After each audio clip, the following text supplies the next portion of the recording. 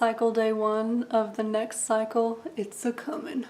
I feel it, I feel the bloating, I feel the emotional sensitivity, but I guess it's fitting that my next cycle is going to start up around the same time that I'm starting Fertility February 2019, baby!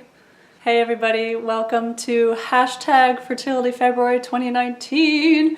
This is my second year of doing Fertility February. I think last year was such a great learning experience and just such a great success. I am continuing on with Fertility February 2019. I got new topics planned. I got new discussions planned. I'm gonna have my partner on again talking about his side of the story, especially when we talk about our choice to be child-free. Just all sorts of goodies. I'm so excited.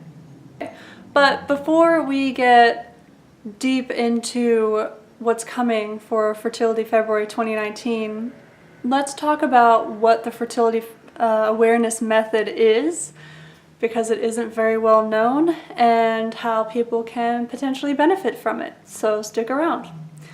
So before talking about the Fertility Awareness Method, let's just talk about what fertility is, or at least I'm going to define how I'm going to use it, because I differentiate fertility from reproduction.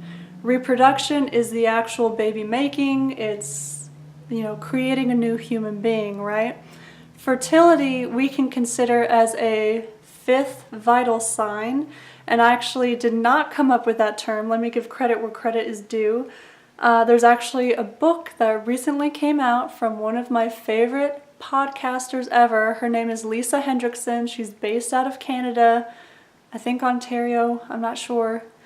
One of the big cities in Canada, but she is a Fertility Awareness Method coach and teacher, and she hosts the Fertility Friday podcast. I will include her website below, but like literally a week or two ago, she published a book called The Fifth Vital Sign. Actually, let me look up the full title. The Fifth Vital Sign, Master Your Cycles and Optimize Your Fertility by Lisa Hendrickson Jack. So I'll include the Amazon link to the book below. I've heard really good things, and I've really learned a lot and enjoyed her podcasts that I've been listening to for over a year now. She just offers a lot of just free information. It's just amazing, the information that she has disseminated through her podcast. But anyway,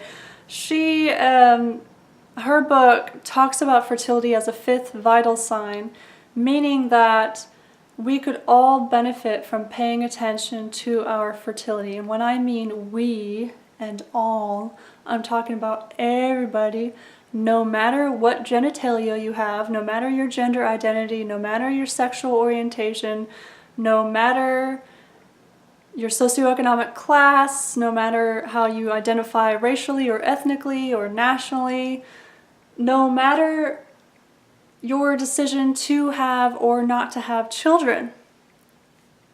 Everybody can benefit from paying attention to the health of our fertility, because the health of those organs involved in our fertility, if we still have functioning organs, if we choose to still have functioning organs, that is, can tell you a lot about your overall health, the health of your endocrine system, your emotional health, your mental health, your digestive health. Everything is connected. I mean, just yesterday my partner and I were watching this amazing documentary. I believe it's the Nova documentary series. It was on PBS or Nova, I can't really remember, but they're talking about the microbiome and all the microbes that we're exposed to that live on us and in us, and how we depend on them, and how there's growing evidence that our microbiome, especially in our gut, can influence our mental and emotional health, among other things. It just blows your mind. And so we have to think about the body and mind and everything as connected and interconnected and interdependent. They're interdependent, entwined systems in our body. And so your fertility system, if you will, again, no matter what genitals you have, can tell you a lot about your overall health. And so for me, the Fertility Awareness Method is first and foremost a method of body literacy. It is a method that I can use on the daily, and I do use on the daily, to see the overall health of my body and to see my fertile health, and then also to see whether I'm fertile or not, whether there's a risk of pregnancy or not, in which case my partner and I will take the necessary measures to prevent unwanted pregnancy.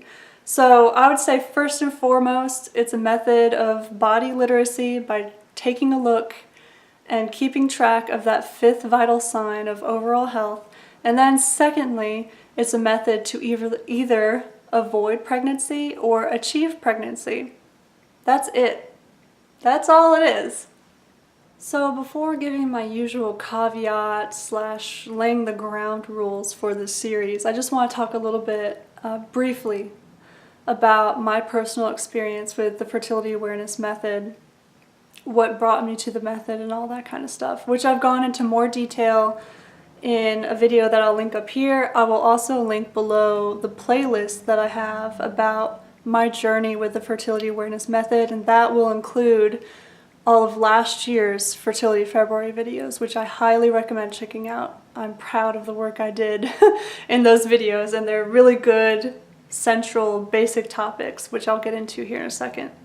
But yeah, I went more into detail about this in a video I made probably back in 2017. I think it was July or August 2017.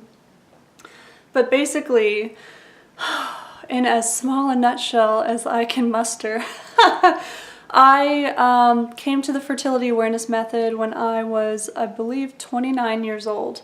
I was just looking through my charts, which I keep in this binder here, and my very first chart dates back to June 18th, 2017. And I am currently on I'm about to start my 24th cycle that I've charted. And my cycles tend to be kind of short, like around 25, 26 days, sometimes 27. So I have a lot of cycles throughout the year. So between June 2017 till now, February 2019, I've charted and successfully prevented pregnancy with 24 cycles, so go me. But I came to the method when I was 29 years old, and it just blew my mind. I devoured this book, Taking Charge of Your Fertility. Let me give you a proper good gander at it. The Definitive Guide to Natural Birth Control, Pregnancy Achievement, and Reproductive Health. And just like last year, I'm going to give away another copy of this book to someone who's interested, who participates in the giveaway, so hang out until the end of the video while I give more details about that. But I devoured this book.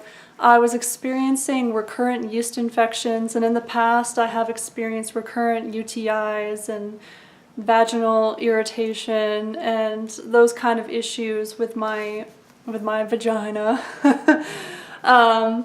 And I went to doctor after doctor after doctor, and again in that video that I linked up here, I go into much more detail about that like multiple year-long journey.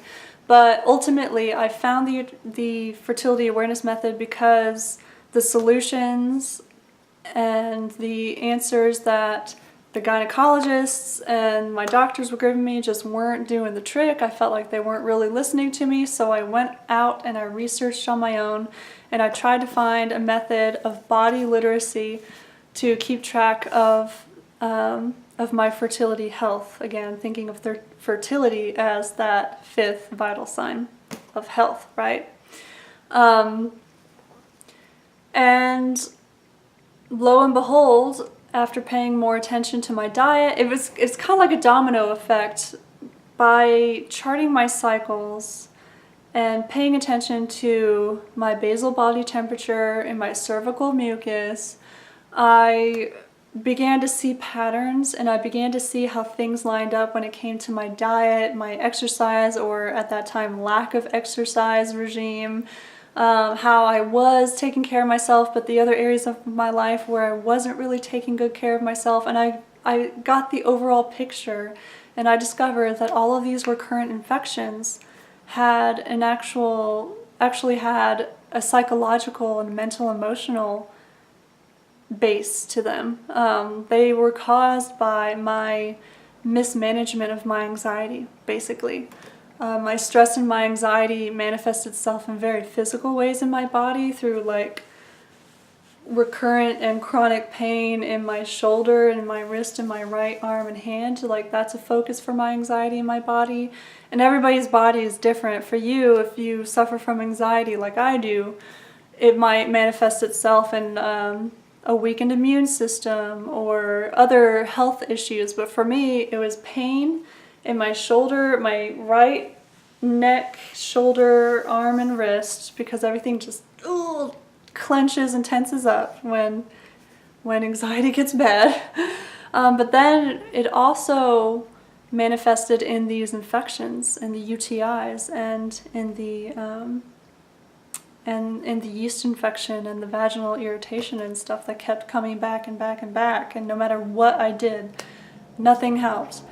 But through the Fertility Awareness Method, by seeing the patterns and the interconnectedness of all these different aspects of my life, right, I was able to see the whole picture and begin experimenting with different solutions based on informed choices and informed decisions. I changed my diet. I started taking fermented cod liver oil supplements. I paid more attention to how many carbs and simple sugars I was eating. I started doing yoga and meditation and going to the gym now, and the infections disappeared. So that's actually what brought me to the Fertility Awareness Method. Another reason why I came to the Fertility Awareness Method was because and this will lead me to my next point actually, my body does not handle hormonal birth control very well at all. I'm just very sensitive to whatever I put into my body. I actually recently I quit drinking coffee in the morning because I was becoming so sensitive to the caffeine. It was like making me shake and break out into a sweat every morning. I had just one cup of coffee. Like, it wasn't even particularly strong. It wasn't like I was drinking like 3 shots of espresso all at once. It was just like your normal Mr. Coffee pot coffee, right? And so the older I get, the more in tune I've become with my body, and I've realized I'm just really sensitive to whatever I put into it. My body just reacts strongly to stimulants, alcohol, anything. And so that includes hormonal birth control. And the last time I was on hormonal birth control was late 2011 into mid-2012, so for like a 6 to 8 month period, I believe. I was still on the hormonal birth control when my partner and I, who's now my husband, when we started dating, and that was back in 2012. So I've been on hormonal birth control a few times, 2 times actually. The first time was for about a year when I was in college, so around the age of 21 or 22. And then my prescription ran out, and I was single at the time, and I just never refilled it. And then again, around October or November 2011 until July or August 2012, I believe. Those were the only 2 times. And the first time I was on the combination pill. So it had a combination of the synthetic estrogen and progesterone. And then the second time I went to the university health clinic where I was studying at the time, and I talked to the nurse or the doctor, and I mentioned these types of headaches I get, these ocular migraines. So when I get a really bad migraine headache, it can affect my vision and cause me to see spots, or it'll blur an entire like half of my field of vision. And the nurse practitioner, I believe it was a nurse practitioner, but the nurse practitioner at the time informed me that, you know, no matter who you are, if you take hormonal birth control with estrogen in it, that elevates your risk of stroke. And that's across the board, especially if you smoke cigarettes on a regular basis, like on the daily. That's across the board for everybody. I think that's a fairly well-known side effect or risk of hormonal birth control, of the pill, right? However, she told me if you have ocular migraines like I do, any form of hormonal birth control that contains the synthetic estrogen puts you even more at risk of a stroke. And so they would not prescribe it to me. And so they ended up prescribing me a type of birth control that is just progesterone. At the time, I barely had any understanding of what progesterone was and what it did and what part of the cycle it shows up in. However, after reading this book, and especially the first few chapters that go into detail about the different fluctuations of the different hormones that are involved in the fertility cycle or the menstrual cycle, right? I now know that progesterone, it's the pregnancy hormone. It's the hormone that is released once ovulation occurs.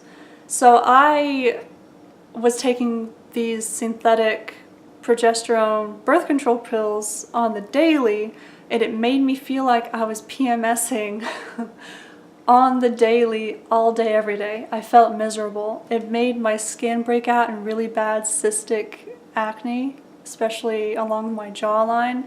It made me feel bloated, like in my abdomen, in my lower abdomen. It made me feel nauseous and bloated and uncomfortable.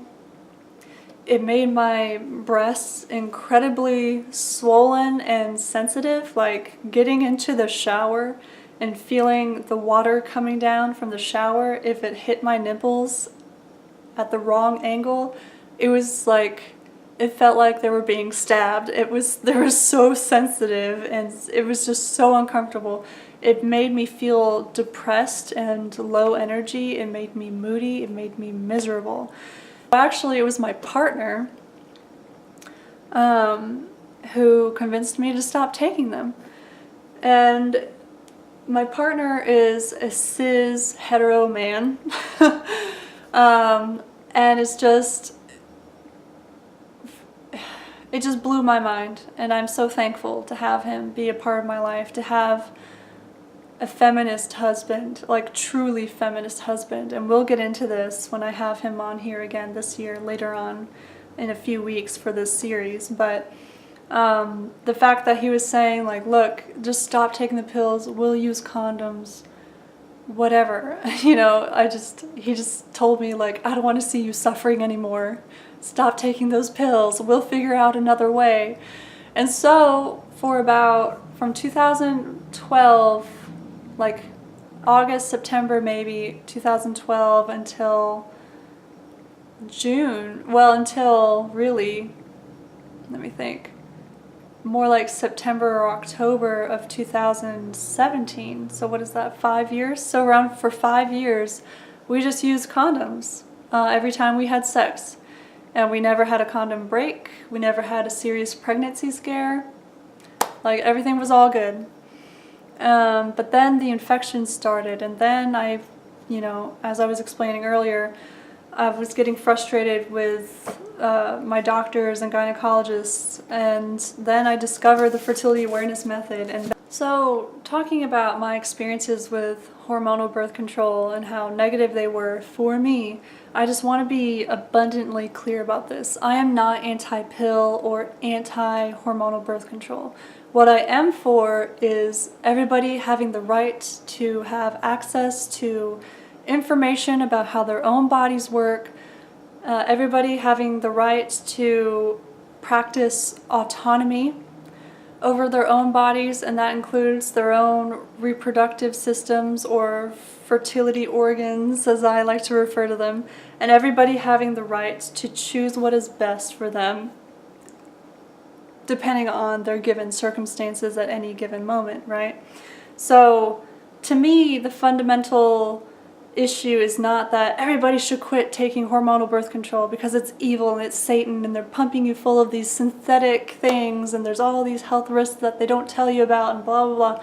Sure, we can listen to some of those discussions and might learn something from them, but to me, the important question is, does hormonal birth control increase or negatively, does it have a positive effect on the quality of my life, or does it have a negative effect on the quality of my life? And that's going, like, the way that you answer that question is going to depend on your specific circumstances. I went into detail about how hormonal birth control was having a very real negative effect on my mental and emotional health and on my physical health. And that's why I chose to stop taking it. Someone else in a different circumstance, for example, someone suffering from endometriosis or polycystic ovary syndrome or PMDD, for example, hormonal birth control might have a very positive effect on their overall health and happiness and quality of their life, and they might choose to continue taking the hormonal birth control knowing that there is potential health risk. So another kind of caveat or thing I want to be abundantly clear about is the fact that I'm not a medical professional. I'm not even a fertility awareness coach. I've never been through any sort of training program. I'm not a nurse or a nurse practitioner. I'm not a gynecologist. I've never coached anybody. I've never taught anybody this method. So, one, I will not be sharing the nitty-gritty details about how the method works on this platform, on this series. And I've mentioned this before in the first introduction to the series that I made last year. I don't want to give anybody the impression that they can just watch a couple of YouTube videos and then walk away with a full, well-rounded understanding of how this method works. And number two, I'm not certified, I'm not trained, I'm just somebody whose life was revolutionized and improved in so many different ways by learning and practicing this method, and I think more people can benefit from it too. And so I'm just an evangelist for the fertility awareness method. I'm not an expert. So before we talk about the giveaway, let's talk about the content that I'm making for this year. So just like last year, I have an introduction video, and then I'm going to share with you guys one of my more recent charts, just so you can get an idea of what a fertility awareness birth control chart looks like. And again, I'm not going to go into the details about how I prevent pregnancy, because you need to read the book for that, or you might need to take a class for that to be confident enough to use the method to prevent pregnancy. But just so that you can get an overall idea of what the cycle looks like and what a chart looks like and that kind of stuff. Then I'm going to talk about making informed choices and how the fertility awareness method, I find, has a positive impact and can help empower people in terms of consent, knowledge, and body autonomy, and practicing autonomy over your body and making informed choices. And then I'm going to have my partner on here, and we are going to talk about our choice to be child-free, the ins and outs of that choice, and how we use the fertility awareness method to be child-free. These two. So I'll get into detail about that, and then we'll have the giveaway winner. So talking about giveaway, I think I'm just going to do exactly the same thing I did last year. If you are interested in participating in the giveaway, and again, I will be giving away a copy of this book, right? I will be ordering this book via Amazon, and I'll have it shipped to the address that you send me. If you're interested, all I want you to do is to comment on this video, this intro video. It has to be on this video, not the other parts of the series, but this one. Just share a little bit about why you're interested in this method if you feel comfortable. If you don't feel comfortable giving a lot of details or anything like that, you can just say, I'm interested in this video, put me in the giveaway. But if you are interested in the method because you want to quit taking your hormonal birth control for whatever reason, share that if you feel like it, or if you feel comfortable sharing. If you're interested in this because you think it would be a great gift to give somebody who you know is struggling to get pregnant, or somebody who might be interested in this topic as well, mention that if you feel like it. So yeah, comment why you're interested in the fertility awareness method down below and come on this journey with me. Welcome to Fertility February 2019, and at the end of February we will see who is the winner. So I think I've blabbed on for long enough, and until next time, happy charting. Participate in the giveaway if you feel like it. Check out the links and all the things that I mentioned. It's really interesting and fascinating, and thank you for coming on this journey with me. Bye!